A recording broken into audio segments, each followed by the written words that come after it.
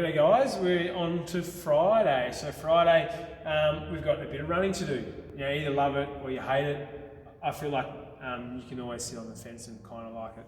But yeah, 4 by 400 metre run. So I know Chrissy, you're probably watching this going, no, I hate running, but you actually do like running, so you'll do it. You're going to rest as needed between sets. So it's 4 by 400 metre run. So pretty simple.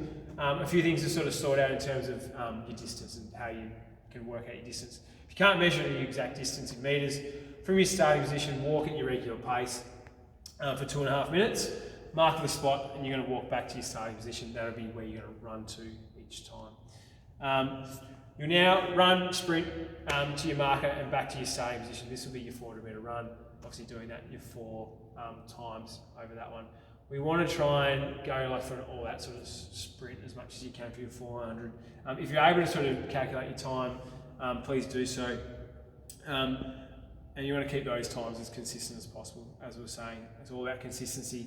I guess the better your conditioning gets as well, you can go flat out, you can recover quite quickly, and then you can just go again. I guess the better you become at that is a really good measure of your aerobic and anaerobic strength there as well in terms with your running. So yeah, a bit of cardio stuff there, but get you outdoors, get you outside. Obviously we don't know what the weather's going to be like, but I'm sure it'll be just nice because it's a running day. But yeah, 4 by 400 metre run, rest is needed in between sets because we want to have that sort of high output for each one. All right, once you finish that one, we're going to go on to the finisher, which is a little EMOM. Every minute on the minute for 10 minutes. On the even minutes, so this is where you'll start, a 30-second handstand or a pike position hold, so holding in that position for 30 seconds, you get a 30-second rest obviously. The odd minutes, a 30-second wall sit, add weight if it's within your ability, so if 30 seconds isn't too much of an issue for you, add some weight to it. Now it can be a weight of anything, like it doesn't have to be a dumbbell or a kettlebell, it could be just something you got at home, something to hang on to. Once you finish that, you just obviously alternate between these two, so it's 30 seconds of work, 30 seconds of rest. So if you look at the whole day as it is, it's one of those days where you can just pull your finger out and get this done and get that done as well. You get a bit of work done, but it's not like a crazy amount. This is why we sort of program this stuff in, or Galen's done this week. So make sure you get this stuff done. Just because it says Friday or it's Friday and there's running in it, still make sure you do it and make sure you get that bit done as well. If you need to, if you're lucky enough to have a rower or something at home, it'll just be a 400 metre effort the same as well. Resting is required. If it's a bike, it'll be a kilometre, but just see what you've got. Otherwise, get outside in the outdoors. Just stay away from people. Okay, so that's part 1. Part 2 should be all sorted there. And let's just have a look at these movements. Okay, so the 4 by 400 metre run, as we said before, if you can't measure it to the exact distance, you're going to walk at a regular pace for 2.5 minutes, mark that spot, and you'll walk back to your starting position, and that would be your 400 metre effort for that as well. So 4 by 400 metres, obviously we don't really need to look at this. Galen's just come back from the 400 metre run anyway. But yeah, 4 by 400 metre efforts, rest is needed between sets. As we said before, make sure you do this, whether it's it might even just be a walk or a little jog, depending on what you can do. Obviously, if you can run, you'll run it, and you'll run it quickly. But if one of the movement ladies, it can be a walk, whatever you like, just as long as you're getting yourself moving. We're just trying to get in some distance for you. So 4 by 400 metres, so it's 1.6k, which is not very far, let's be honest.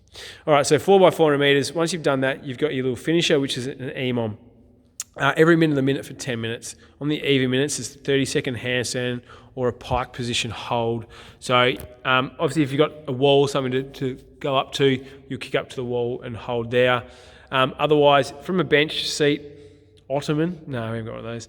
You're just going to get up on there. Yeah, probably your knees for you on that, I reckon, might be a bit annoying. Whatever's comfy. Cool. And then... All right, so she's trying to invert herself as much as possible, which that looks really, really good.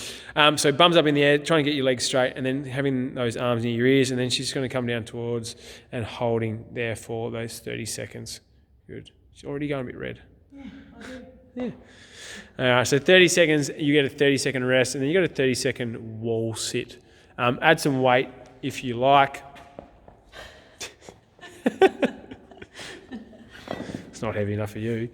Again, so we're going for like a vertical shin. But also see how her hips are below the knee crease there. So make sure you're in a nice deep position. Now, if this is like a normal squat, you're still nowhere near the bottom of your squat, but we're just trying to get those hips down below the knees. So really trying to get those quads working. 30 seconds there, and then a 30-second rest, and then just alternating between that handstand or the pike position hold. You're going to do that for 10 minutes. So obviously it's 5 efforts on each one. That's your finisher for today. Any questions and stuff, please let us know. Make sure you keep logging these as well and eat your veggies and your fruit. See ya.